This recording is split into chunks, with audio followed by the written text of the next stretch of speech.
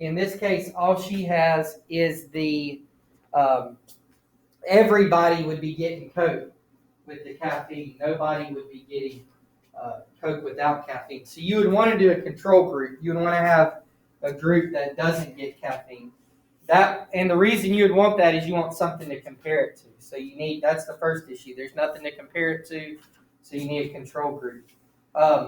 What else could be an issue? What's something else that might increase your heart rate other than the caffeine that the drink has in it? Sugar. So it could be that there's a confounding variable, maybe that sugar increases your heart rate and not the caffeine. Okay, so that's a second potential issue.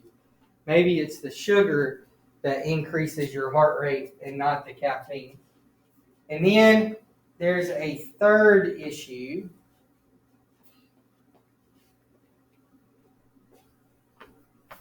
What would be the placebo effect in this scenario?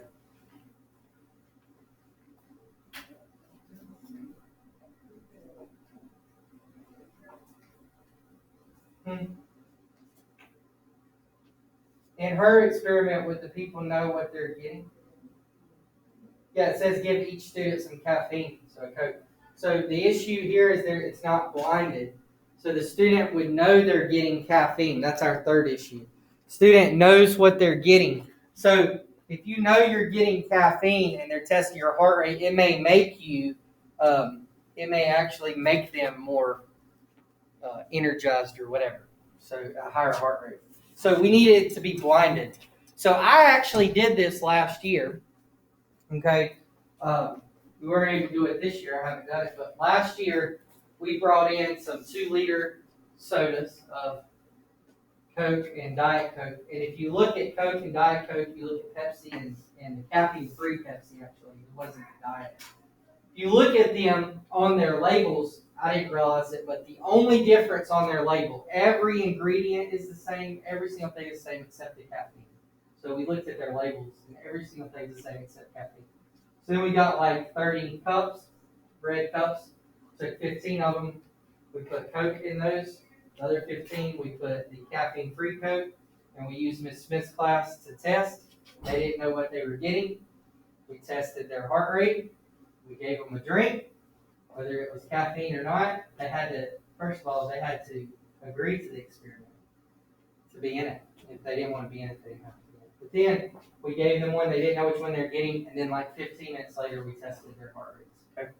And in Miss Smith's class, it was like a higher amount so it was the caffeine. Actually, there was a difference between caffeine and not.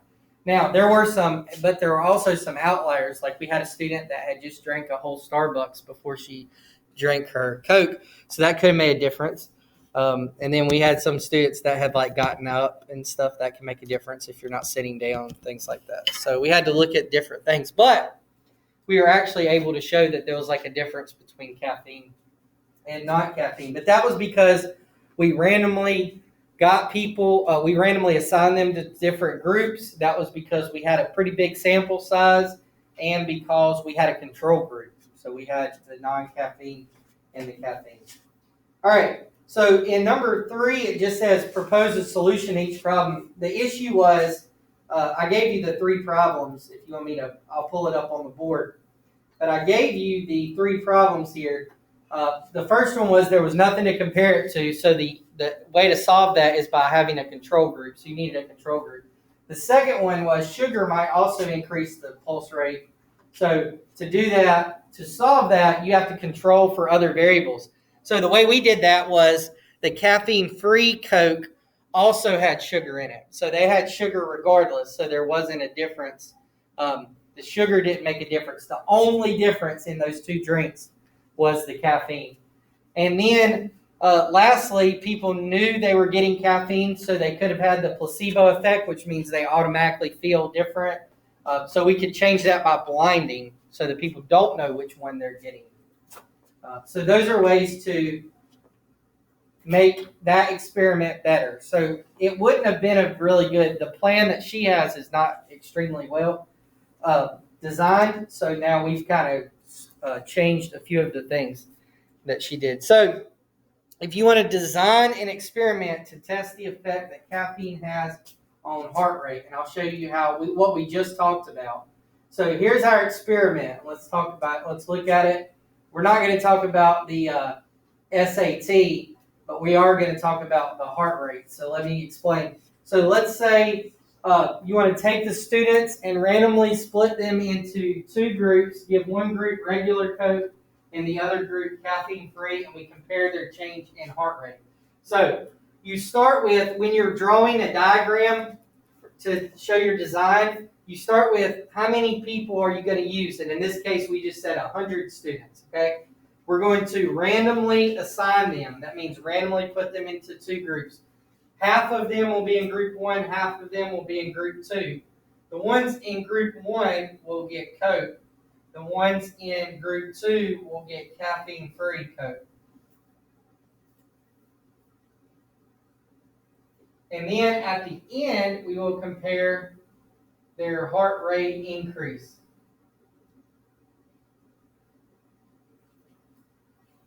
Okay, so at the beginning, obviously, we have to do their initial heart rates. So I need to write that in there. We do that for both. To all those students in group 1 and group 2. We test their initial heart rate, then we give them either Coke or caffeine-free Coke, and then we compare their heart rate increase. And that would be the ending minus the initial. Right. So we see how much it increases by. So, some people's heart rate in general is higher than others. So we can't just look at the actual number. We've got to look at how much of an increase was there. Not, is it 70 or is it 80, but did it go from 70 to 80 is our bigger issue.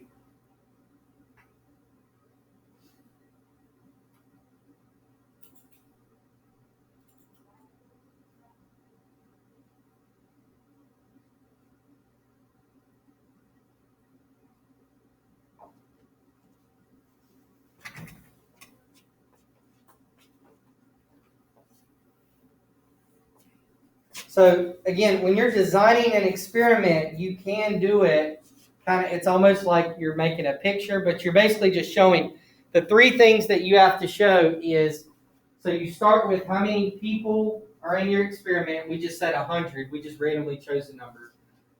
Random assignment is always the first thing you want to do. And then you randomly assign them to what? Well, in this case, there's two groups.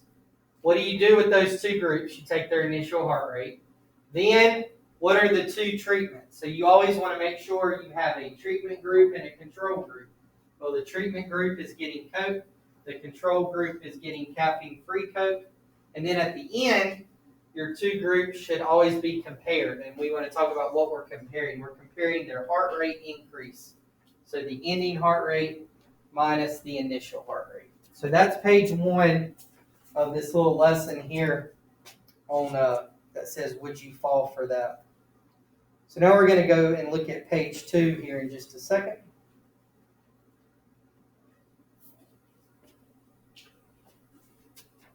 So in this section, as you look in your, when we get to textbook problems here at the end of the day, and we go through the check your understanding, there are some big ideas. So there's a couple big things that you need to know from this section that I'm going to put on the board. So the big ideas from this section, and I'll erase my writing on the board as well. But if you look, there's a lot of writing in this section. There's no math, right, in experiments. There's no math involved here. There will be plenty of math. If you're waiting for the math, just wait until probability, and there will be plenty. Okay, so in the next chapter, we will definitely make up for the math that's lacking in this chapter. But here are your big ideas. So big idea number 1 is a control group. A control group is used to provide a baseline for comparison. So a control group doesn't mean you're in control. Some people mess that up. They say, tell how there's a control group. And they say, well, the experimenter controlled it. No. So a control group is your what you use to compare it to. It's your baseline Blinding. When subjects are single blind, that would mean if the subject doesn't know what's going on. Experimenters, if experimenters also don't know, then that's called double blind. That means the person giving the pill or the person taking the pill wouldn't know. In case of the Coke experiment, it would mean if I know which ones are Coke and which ones are caffeine free, but I send Yudi over there to give them the drink and she doesn't know which one she's giving them, whether it's a Coke or a caffeine free Coke, then that's double blind because the person giving it and the person that would be taking the treatment does not know. They're unaware which one was assigned. The placebo effect is when a fake treatment works. So like it shouldn't work. So a dummy pill should not relieve your headaches, but sometimes it does because people think it's Tylenol, right? It makes them feel better. And then there are on the other side of the big idea is the 4 big principles of experiments. So first of all, you must have a comparison. That means 2 or more treatments. So we could have picked other things. We could have went with Coke and Pepsi and Mountain Dew and all of the different ones. But we've at least got to have 2 to be able to compare. Random assignment, we've got to be able to assign people to the 2 groups. Typically, that would be like by just drawing their name out of a hat or random number generator or going to a table of random digits. Then you need a control group. That means the control keeps all other variables constant. So if when we did the caffeine-free Coke, that was a control group because it had every other ingredient except for caffeine. So it kept all the other variables constant. And then replication, you have to use enough experimental units, that means enough people have to do this to distinguish the difference. So if I just tested it on like 2 people, that wouldn't be enough to tell that there's a difference. But if I test it on 100 students, then that is a larger sample and that's enough to be able to tell the difference. So those are my big ideas in the section. Check Your Understanding says, many utility companies have introduced programs to encourage energy conservation among their customers. An electric company considers placing small digital displays in households to show current electricity use and what the cost would be if this continued for a month. Will the displays reduce electricity use? One cheaper approach is to give customers a chart and information about monitoring their electricity use from their outside meter. Would this method work almost as well? The company decides to conduct an experiment using 60 households to compare these 2 approaches, the display or a chart, with a group of customers who receive information about energy consumption but no help in monitoring electricity use. So that's the scenario. So basically, we're able to give these customers either a small digital display in their house that would show them, like, if you keep using this amount, this is how much your bill is going to be at the end of the month. Or we can give these customers a chart where we can show them how to read the meter and how that will tell you how much you're going to use for the month. So we have 2 options there for people. And we have 60 households. So A, explain why it is important to have a control group that didn't get the display or the chart. So why do you need a 3rd group here? Why can't you just have one that gets the display and one that gets the chart? So we can base all the other groups off of what it would be like without. Yeah, so we need that baseline group, right? That group that we need to base their difference off of what it would look like without that extra help. So it allows us to show how much electricity customers would normally use. It provides a baseline. And that's always what a control group does. A lot of people would have just made 2 groups out of this scenario if I would have asked you. You would have just made a group that got the display and a group that got the chart, and they would have said 30 and 30, and they would have went on with their life. Okay? But you would not, but just because the display, just because they only spend $300 with the display, we don't know how much they would have spent without the display. So we need to know, we need a baseline, like how much would they normally spend to compare to that in that same month.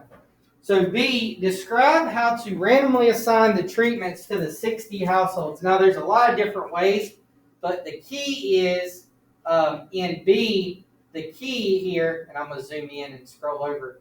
The key is that you make sure you get 20 in each group. So in here it says to label all households from 1 to 60 and use a random number generator to choose 20 distinct numbers, that means they can't repeat, between 1 and 60. You would assign those to display. Repeat that for 20 more numbers, ignoring repeats, and then assign those to chart, and then the remaining 20 get nothing. They're in the control group. Now, you could also have said put them in a hat, right, and shake up the hat each time and pull out the first 20 numbers you pull out will go to the display. The next 20 will go to the chart group, and the last 20 will go to the control group. But the goal is, you could have also said go on the random number table and start at line 101 or something and label them all 0, 1 to 60, and the first 20 go to the group. So there's multiple ways to randomly assign them, but the key is that you show that it's random and that you make sure you have the same number in each group. So we had 20 in each group using this method. Okay, so that's how you're going to randomly assign the treatments to the 60 households. Whether you use a hat, whether you use a random number generator, or whether you use the random digits table, it's not going to matter. Now, the purpose of randomly assigning treatments in this problem is that it creates equal groups, right, by balancing out the other variables. So basically, everything is the same. We just randomly select people to go in each group.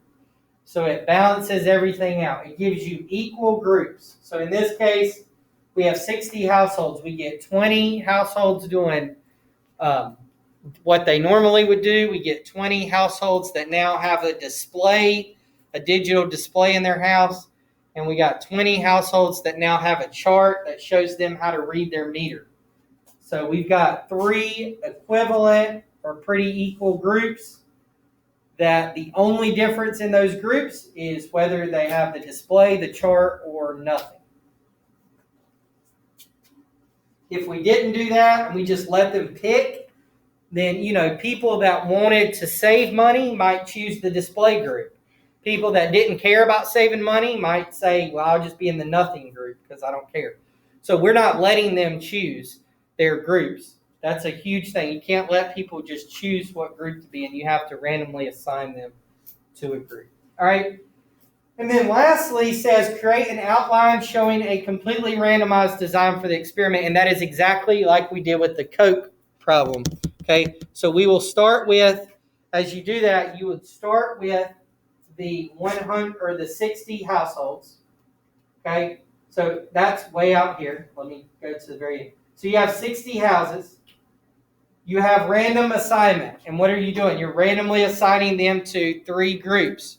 Group 1, there's 20 houses. Group 2, there's 20 houses. Group 3, there's 20 houses. Group 1 gets the first treatment, which is the display in their house. Group 2 gets the second treatment, which is the chart in their house. Group 3 is the control group. Their treatment is nothing. They get what's normal. And then we compare their electricity usage at the end of the month. So we compare how much electricity they use at the end of the month. So that's the key in this one. So it doesn't, the reason I wanted to show you this one and the Coke one is in this one, there can be 3 treatments, right? There can be 3 groups. So you don't have to have just 2 groups. Sometimes you might have 5 groups if you have multiple things going on. So here we had 3, and we split them up into a random experiment. This is called a completely randomized design. You see that's why they circled that. If it ever asks you to do a completely randomized design, what you're doing is you're showing random assignment, you're showing different treatments, and you're showing a comparison at the end. In the textbook you're going to go to your textbook. I'm going to give you these questions, but the questions basically are going to ask you to identify the explanatory and response variables in a experiment. The explanatory variables in this experiment would have been the type of display that you have in your home, and the response variable would be the electricity usage, how much electricity you use. So you have to do explanatory and response variables. Experimental units, that means who are we testing this on? In this case, the experimental units would be the households. A lot of times it's people. In the one experiment, if it was on rats, the experimental units would be rats. Whatever the experimental units are. And then what are the different treatments? That's one thing that they ask you in these questions.